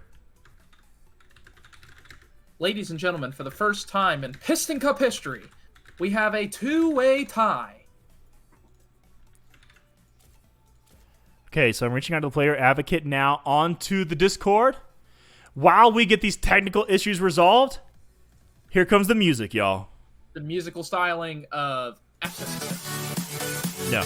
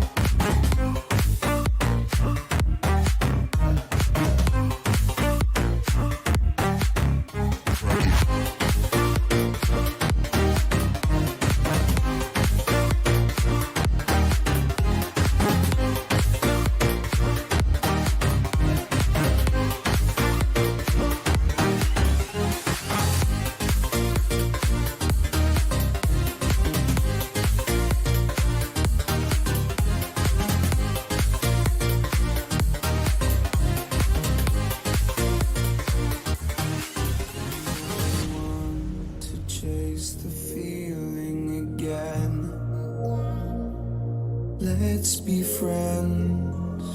You only need what's best for you and not them. Don't pretend. Now I don't wanna lose sleep, thinking about everything we could be. Let's just see what comes to be.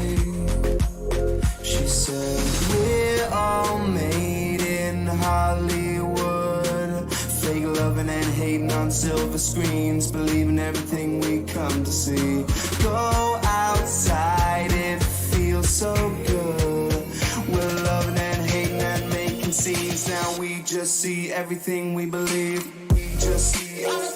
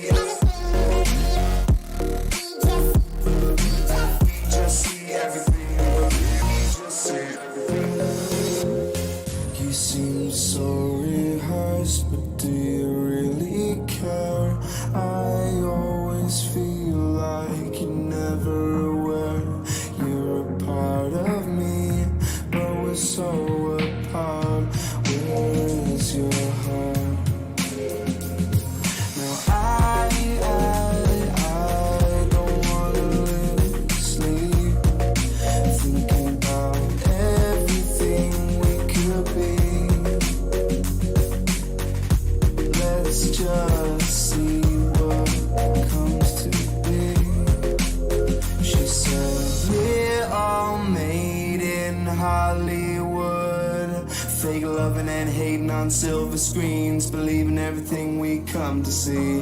Go outside, it feels so good.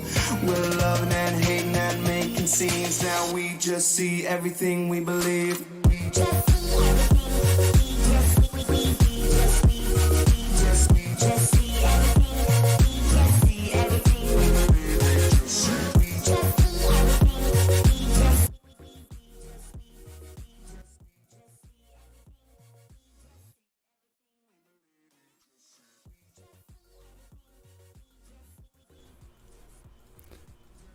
Ladies and gentlemen, we are back after the technical difficulties. We have been able to get the game 2 loaded up. We had to use some different resources available to us, but now we are in it.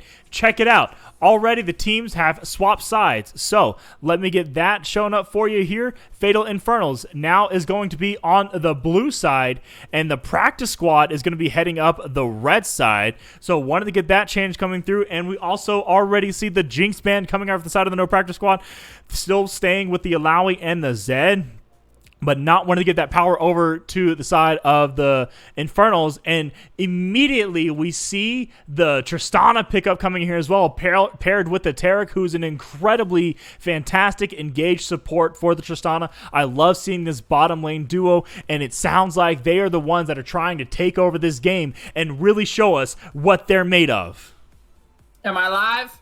You live. And I got your camera working. So Did when the game loads up, your camera will be live. All right. Going for a surprise. I forgot to hit the transition button after I swapped the gamer tag names and everything. Okay, so Fatal Infernals, like I said, is going to be on the blue side, while the no practice squad going to be heading up the red side. Again, if you're just joining the stream, first of all, thank you so much for coming in and watching the ESDL live. Again, this is the division championship match between the no practice squad and the Fatal Infernals. This is a best of 3 series. Fatal Infernals already taken an early 1-game lead in this series. They are looking to close it out in a clean 2-0 victory. Will they be able to, since their Jinx is banned away, as well as the Corki? Yeah, I knew we were going to see that Corki ban. I called it right when that game ended. I said I wouldn't be surprised if we see a Corki ban coming out next game. And there it is for sure. Yeah, because as much damage as the Jinx did and as scary as she was, it was the Corki that actually did the 43,000 damage, even though the Jinx was fed early. So the mid laner Enigma coming out of the side of the Fatal Infernals really knows how to play that champion. And that late game execution assassination on the Tristana from the no practice squad was disgusting. Very much so.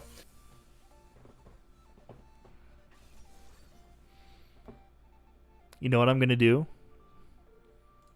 I'm going to try and get your... Put me in the box with you. I'm trying. Put me in the box with you. That's what I'm trying to do. Drag me on that screen, baby. Bam! He's live, ladies and gentlemen. Ladies and gentlemen, boys and girls. I don't see myself. What? Oh, Hold on. Bam! Now we got it going live. There he is.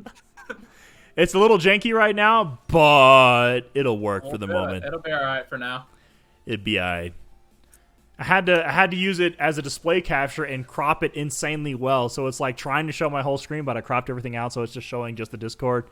So it's not perfect, but you're here. Check it out. Diana. Swain.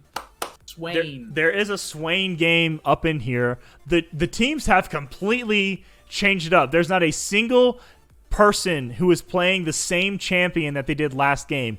This is incredibly exciting to see. It's going to be Tarek Tristana coming into the bot lane with the Diana in the mid lane. A lot of magic damage coming out of the side of the Fatal Infernals, who has opted to go for the blue side here. Swain is going to be a great matchup against this Diana because of the range. I mean, like, and the tankiness is very much a counter to Diana early. If you run the right runes, if you run Zap Master runes on Swain in the mid lane, I've been in positions where early in the game people will come back to lane, just got back, and they'll be at half health the first time they slip up, and I catch them with my E. Yeah, it's kind of funny how that stuff be working. All right, and the spectator delay has started and begun. So 3 minutes, and we will getting back into this game. I'm going to step away for just a quick moment to refill the water. That is so incredibly important. So, Apsis, you're live right now, buddy. Sweet. Ladies and gentlemen, boys and girls, first of all, I want to appreciate and thank all 15 of you for being here. Thank you. Second of all, who is ready for this matchup? am super excited about this Caitlyn bot lane. Caitlyn is one of the most broken-ass champions to ever exist, in my opinion. When played right, at least. But seeing as how the ADC played and performed last game, I'm pretty sure that that is going to be the case. And also, Wukong is going to be super annoying. So this should be an interesting matchup. Good. Good, Lord. I'm glad you're ready, because I am too. We all ready. And again, I apologize for my incredibly red face. I got sunburned, so this is what you guys got. I don't know. I don't know what else to say. This is all it is. This is me. Whoa! Oh, what? I turned into numbers for a second. that was just the Matrix coming through. Don't worry about it. It's fine. I got hacked. Yeah. Input Eyeless, thank you for the follow, as well as the Twitch Ross. Thank you so much for the follow as well. Appreciate it. And then the bits cheered. Let's go. 1 bit. I truly appreciate it. Lord Dobie, thank you so much for the follow as well. We enjoy you watching the ESDL. Again, all the ESDL games that I cast will be onto my Twitch channel. That way everybody has the ability to come and check it out. And hopefully Apsis will be able to start joining me later in the games as well, as he's now has some free time on his hands. Because Lord knows Faoline doesn't want to be solo casting too much. It's Dobby as in Harry Potter. Bruh, don't bring back those sad memories. Harry Potter slap. Okay? Harry Potter slaps. Only the first one though. First and the second one are the best, but the first one's best. Like Quidditch? Please. I'd be the best fucking broomstick rider on the planet. Just saying. Bruh. Never mind. Anyways, yeah, you're right. In Harry Potter, let's talk about this for a moment while the game is loading up. Okay. In Harry Potter, the Quidditch match was on point. Harry caught that snitch, and it was legit, right? Fucking swallowed it, dude. Like, deep-throated. Like, fucking inhaled. He's like, you're not getting away, right? But right. And even still, in those games, and in the books, there are more Quidditch games that are not in the movies. They're not in the movies. And I think that the best Quidditch game ever played and reenacted from Harry Potter is on the movie The Internship when they were at Google playing. That shit slapped. Google playing Quidditch. Isn't that something insane? Did you ever see that movie? No. Definitely worth a watch. 2 older dudes, Owen Wilson and one other guy, I can never remember his name. They go, the dude from the Dodgeball, An Underdog Story, if you've seen that movie. The dude Will Ferrell? No, it's not Will Ferrell. Jesus, no. Isn't he in the movie? Will Ferrell? No. Ben Stiller. There it is. Ben Stiller. Oh, Ben Stiller. Okay. Okay. They go to Google. They apply for an internship at Google, and they're like 40. And they fucking go and, like, why am I numbers? I'm a name and numbers again. Yeah, I understand your name and numbers right now, but just bear with me for just a moment because the game has loaded up. We are ready to get this thing started for you. The champions are ready. I am ready. Apsis is ready, and I know you guys are ready after that long wait. So this is now Game 2 of the ESDL Division Championship match. Again, we got the practice squad switching over to the red side, and the Fatal Infernals are now on the blue side. Are the Fatal Infernals going to be able to close out this series 2-0 in a clean victory? Let me know in the chat if you're excited for Infernals or if you want to see the no practice squad come back and bring this to a Game 3 series. I think it would be a great Game 3 series. These two teams butting heads back and forth really well. I think it'd be interesting to see a Game 3, but then again, you know, for best case scenario here for Fatal Infernals is they close the series out and move on in the playoffs without a doubt in their mind. Well, this is the championship. There is no more games after the playoffs here. Oh, this is the championship. You told me it was a playoff. You didn't say championship. No, I said it was a playoff yesterday, and then today I told you division championship. So, bam, let's go. Looks like Lord Dobby is telling us that so far, Fatal Infernals hasn't dropped a single game in the ESDL so far. That is an absolutely crazy showing. Gonna get the zoom out. By the way, if you like the fact that I have the zoom out, if you want to know how to do that, please message me and I will tell you how to do it. But for the time being, that will just mean that you guys get to have more exciting games. Again, standard starts coming here from both teams. Nothing too crazy happening.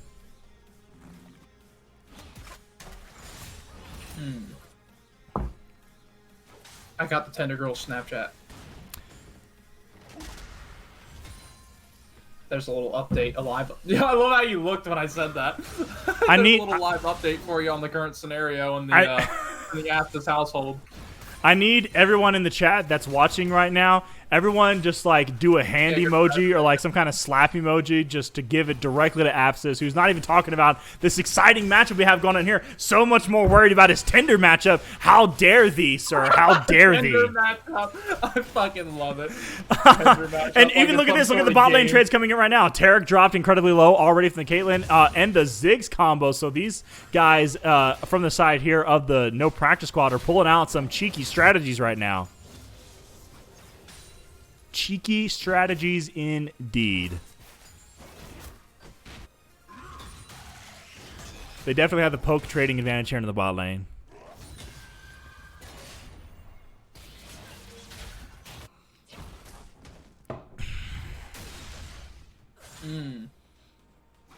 I love watching Mordekaiser play. Hate playing him, but love watching him being played.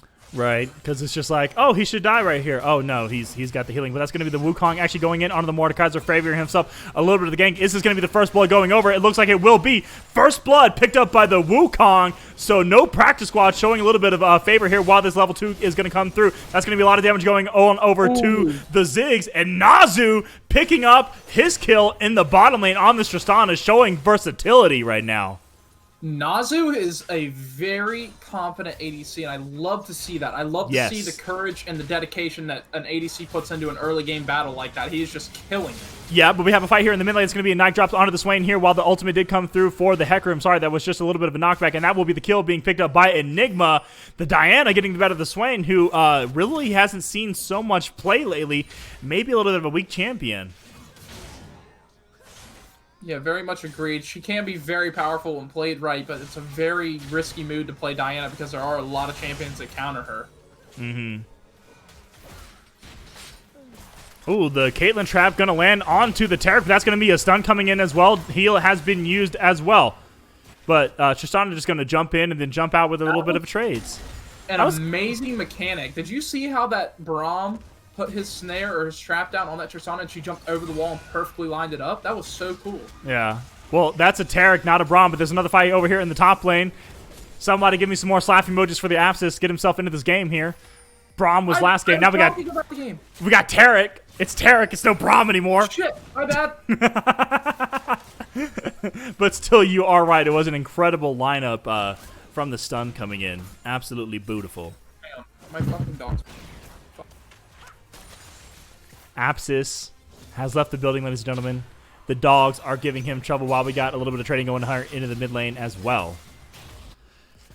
Tarek, incredibly low, is not going to be able to go for an all-in engage if he wants to, and that is where the real power comes in from the Tarek, being able to find those all-in engages. That's going to be the Guardian popped here for the bot lane, so not going to be able to soak up too much more damage. Since the heal is not available either, it's going to be little concerning if they do tend to stay here, but check it out. We got a teleport coming in here from the Mordekaiser. Does want to go in, and that's going to be the jump forward coming in from the Tristana. Is able to land the stun onto the Ziggs. A lot of damage coming through. The explosive charge does land, and that's going to be one more auto, and he will eventually die. The flash forward from the Mordekaiser is going to be able to pick it up.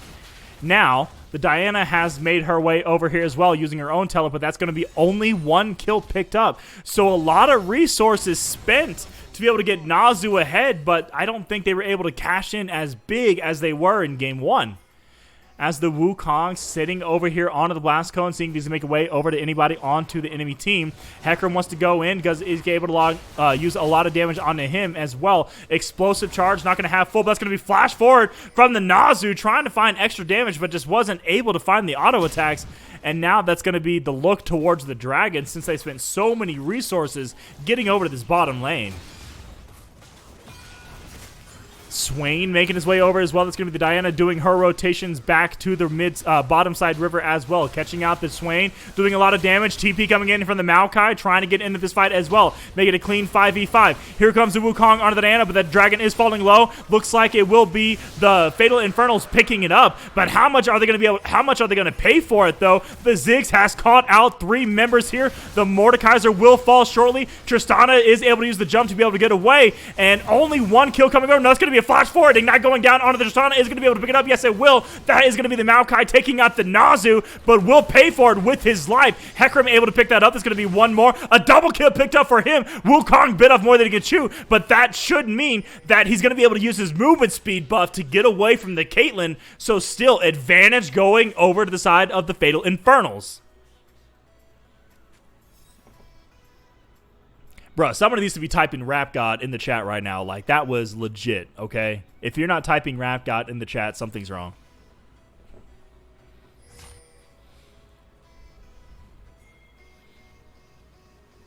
Can a brother get an amen? Your mic is muted, Apsis.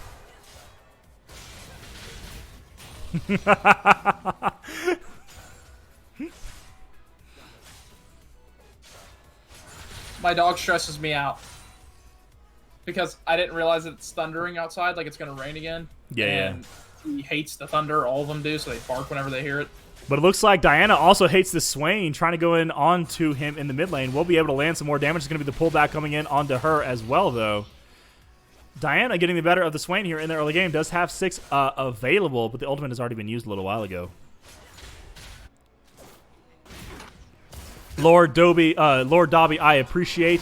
That's going to be the flash forward coming out of the Tristana, but the sun is not going to come through. It's a lot of damage onto the Ziggs. Will fall. Wukong is here, though, trying to get a little bit more coming through. Flash forward from the Diana is going to be able to pick up the kill. No, the Swain healing is so much while the ultimate is popped. That's going to be the Hecarim trying to make his way over here as well. Meanwhile, the bottom lane is going to be able to get away safely from the Wukong, who will not be able to find anything, just clearing out some vision here into the bottom lane.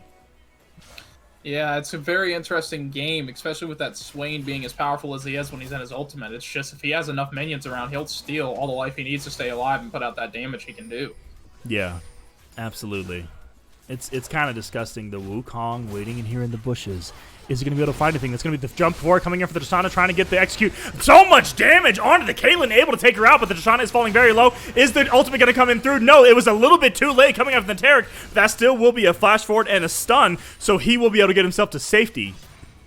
Yo, that Tristana's damage is unreal. Pew! She only has a BF sword. But that means the Mordekaiser wants to go in onto this Maokai right now. Is going to be able to use the ultimate, having a lot of shields, is able to seal away the stats, but how much more damage is he going to be able to find? Obliterate comes out, so lands a lot more poke. Maokai doesn't have any more abilities left. He forgot that he used all of his buttons, so doesn't have anything left to do, and Mordekaiser doesn't have a resource bar.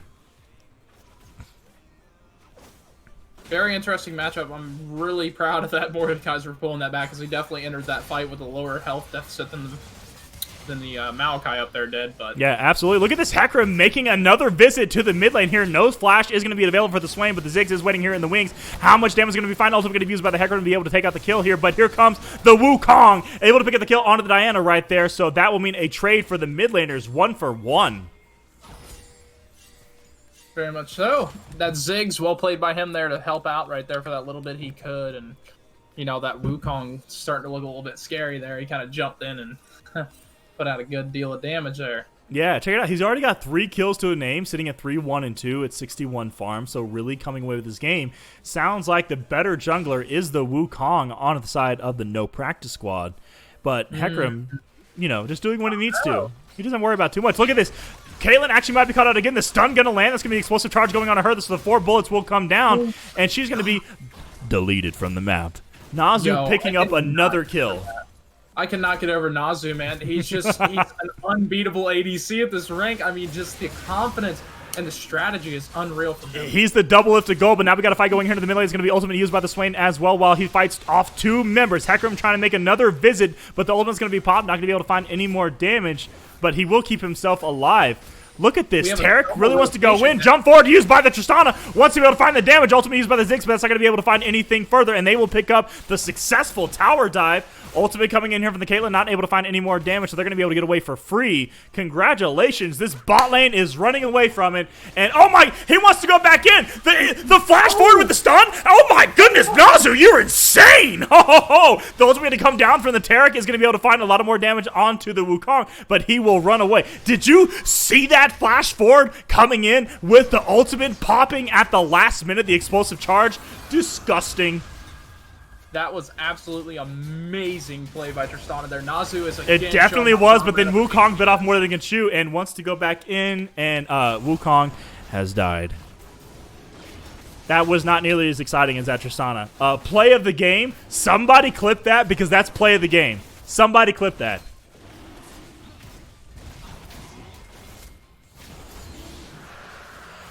Oh. Tristana is trying to find out more damage onto the Ziggs. Here comes the Diana waiting in the wings. It's going to be a lot of more damage coming through. Jump, and then Nazu, sir, are you even gold? What? You know what? These ADC buffs are insane. Listen, we have fought so hard in the bowels of the lower elo, getting pushed down and destroyed. But right now, the Mordekaiser are trying to fight off two. Is going to be able to land the Obliterate onto one, but the Swain is here using the slows. Look at all the damage coming in from the shield, but the Death Scraps is not going to land. Yes, it will, but still, Swain is going to be able to pick up the kill. The Mordekaiser was like this close to getting out the 1v2. But, very much so. dude, talk to me about how crazy these ADC buffs are now. I am really loving the look of this game right now. For the first time in a couple days, I'm actually inspired to get on and support you. You haven't been inspired before, bro. I carry all of your games. What is this? No, I know, but I played mid lane. I've never been inspired to support you. Oh, I see. But yeah, this Tristana, knowing that the buffs are coming through, I love seeing that the AD carries actually have agency in this game. It feels like we've been training with the Goku weights on right now. We haven't, had so much agency, and now that we finally have some early game power, it's like we can actually do things, and our mechanics are so much better from having to be able to dodge away. But Hecarim might be caught out a little bit here. Wukong does want to go in, does not have the ultimate available, is going to be able to use the flash to secure the kill, so that will be kill going over to him. Diana might be caught out here. How much damage is he going to be able to find? Will not be able to pick up any return kill, but Tristana is here. The stuns are going to land. That's going to be Caitlyn. One more auto will kill her, but not going to be able to find it. The jump forward going to be used, and we'll be able to pick it up. The Wukong has already used ultimate. Here comes a Tarek ultimate as well, being able to keep his AD carry alive, but there's not going to be enough damage to be able to find. It's actually going to be a shutdown picked up by the Wukong, so Nazu bit off more than he could chew right there. Nazu is absolutely insane, though. The map awareness, the awareness of his support's moves, it's unreal. Unreal. You can really see, and you can really see the power of the Taric and the Tristana pairing in the bot lane. I mean, the stun coming through, allowing that little bit of extra time for the explosive charge to fully detonate, and then the ultimate to be able to let the Tristana survive for even longer. It's just like Reset City, jumping in and out, in and out, in and out. Ooh, Mordekaiser are going to be collapsed here on by 3. Swain going to get the pull in, but that's going to be the Fate's Call coming in onto the Ziggs. A lot of damage coming onto him, and you're not going to be able to get away. You've been dragged to hell, buddy. Elite able to take it out, and here comes the Hecarim on his way over. That's going to be the Knight going onto the Swain, and the Diana is here as well. Zonya's going to have to be used by the Swain to be able to stay alive, but it will only be delaying the inevitable, as he will fall to the Obliterate and the Mordekaiser. Elite picking up 2 kills right there.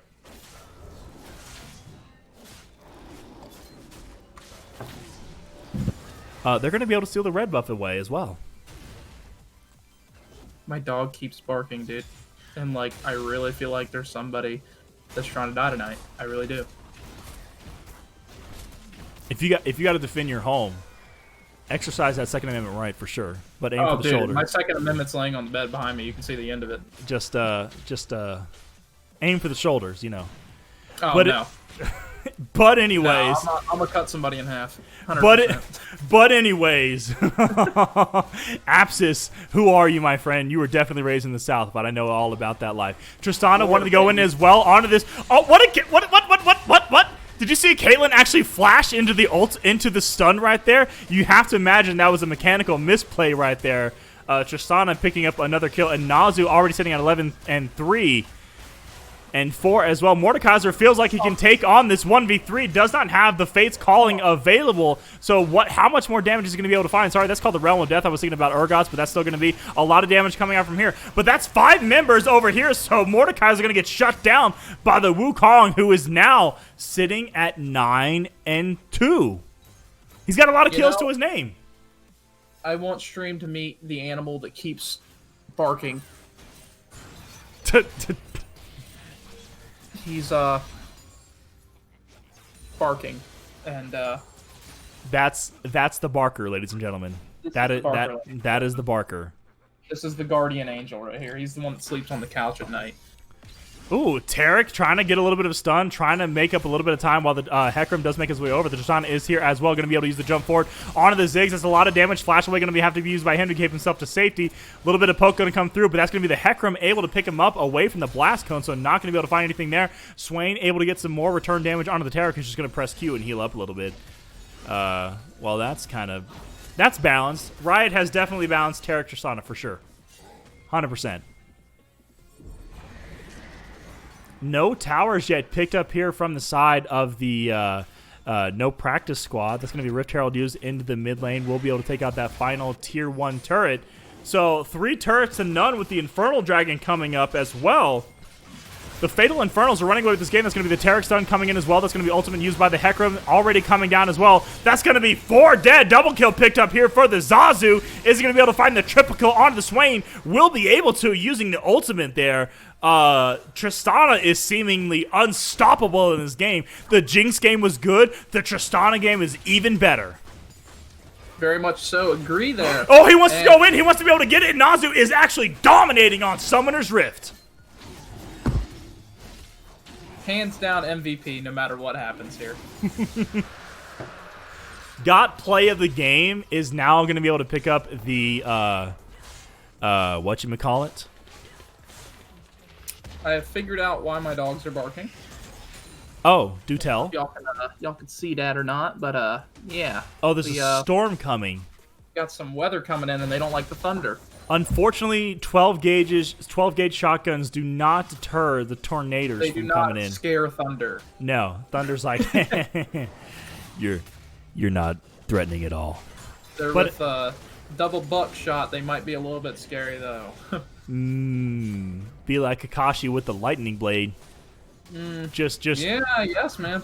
I mean, I don't know. I don't know if you've ever shot buckshot, but you know, it's like they stay a little bit together. But double buckshot has the ability to kind of like level somebody like a cake. Just take like a chunk out of the middle of you if I shot you. Slice you down a layer. Definitely. 2 rounds of that, baby. Let that thunder come out. This is the same old story, same old song and dance. Tristana just going to be able to get actually use the heal movement speed to get the last auto attack explosive charge onto the Caitlyn. Caitlyn is 0-8 right now, and that feels incredibly bad. Elite gonna pop the ultimate onto the Himfim right here, actually getting a lot of the damage going on as well. It's dragged to the realm of darkness. Flash 4 gonna be used. That's gonna be the Maokai using the ultimate, so rooting him in place. The Wukong is here. That's a lot of return damage, and Mordekaiser bit off more than he can chew, but here comes the Hecarim able to pick up the kill onto the Maokai, and now Diana is here as well. Wukong. You know, as frightening as this Wukong is, it really seems like this Mordekaiser kind of gives him a run for his money if his clone is in here. Yeah, definitely, for sure. And whoever in the Riot development team that decided to give Wukong 2 knockups, screw you. Okay. As Diana is actually going to get popped up here from the Wukong as well. That's a better collapse coming out of the side of the no practice squad. Getting a little bit of return damage. Flash forward from the Swain. Wanted to be able to pull in. That's going to be the stun landing as well. Tarek not going to be able to find a death just yet. But the Caitlyn, they just stole the kill from the Caitlyn, who really needed that to be able to come back in the game. But still, Tristana is pushing with the Mordekaiser into the bottom lane. Trying to get this tower. Only Maokai is going to be able to be here to slow this down.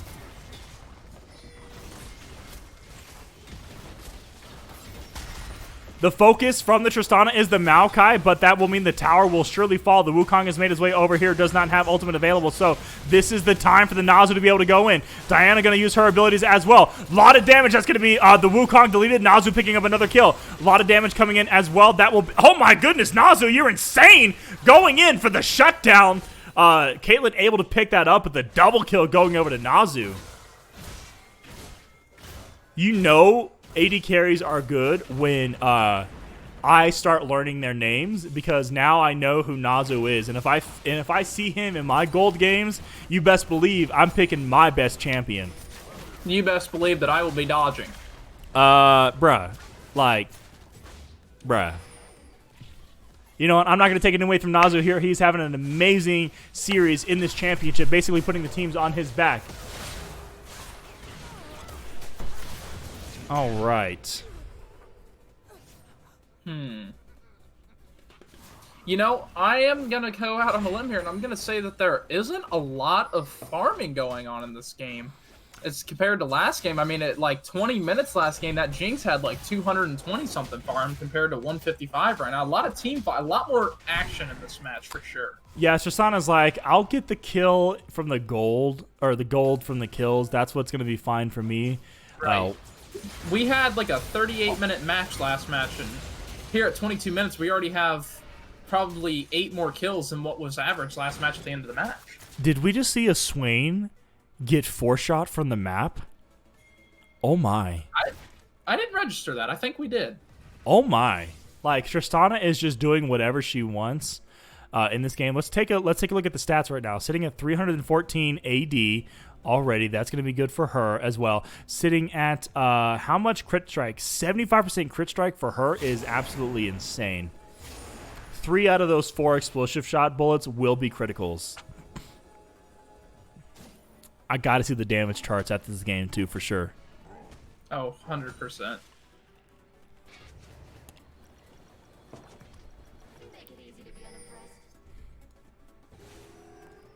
Now, you have to be super careful about these emotes and stuff in this game, because the ESDL League is very, very, very strict about emotes and stuff. They are, but, you know, sometimes it be that way. The Wukong going to have the Ignite landed on him. Actually will be picked up here by the Hecarim.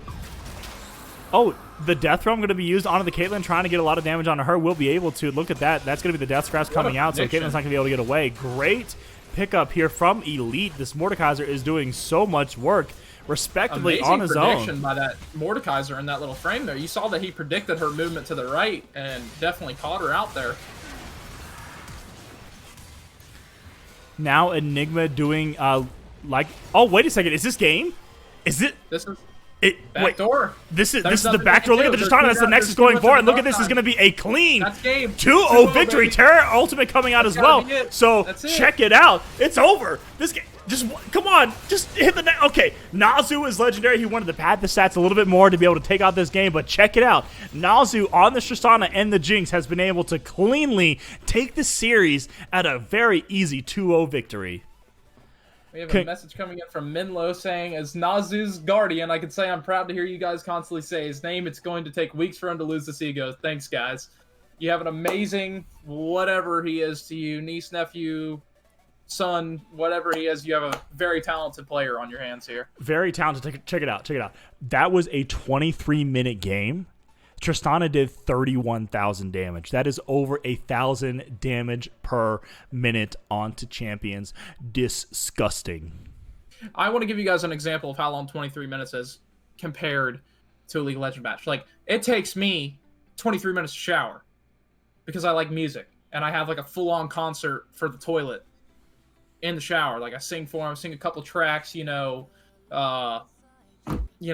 if he has any requests, Flushed Away, great movie. Sometimes I'll throw that on Netflix. Like I need slap emojis in the chat.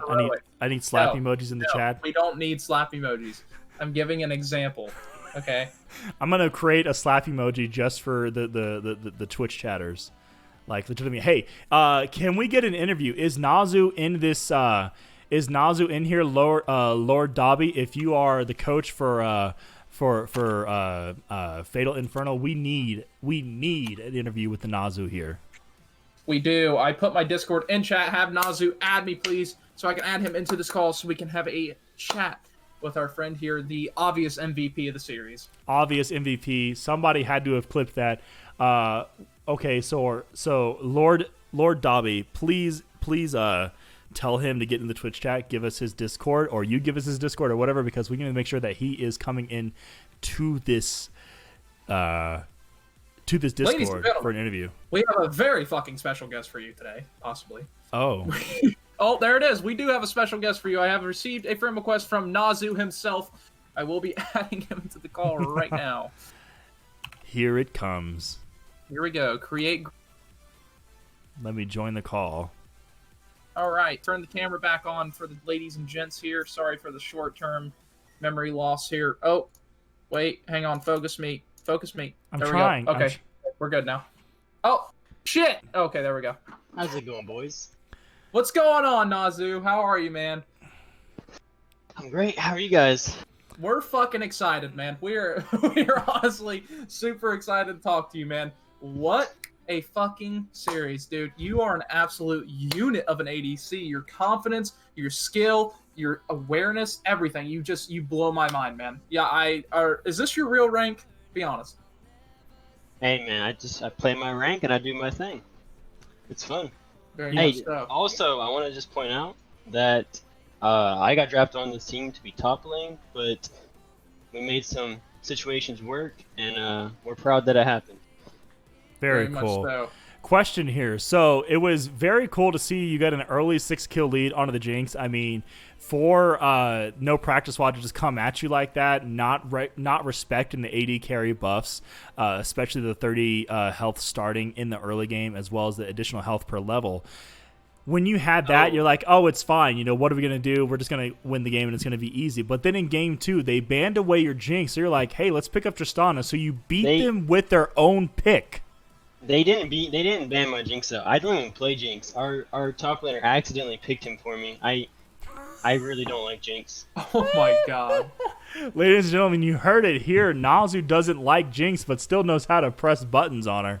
So I have a legitimate question here. So you obviously dominated the first game. I mean, absolutely dominated with that Jinx pick, even though it's not your pick.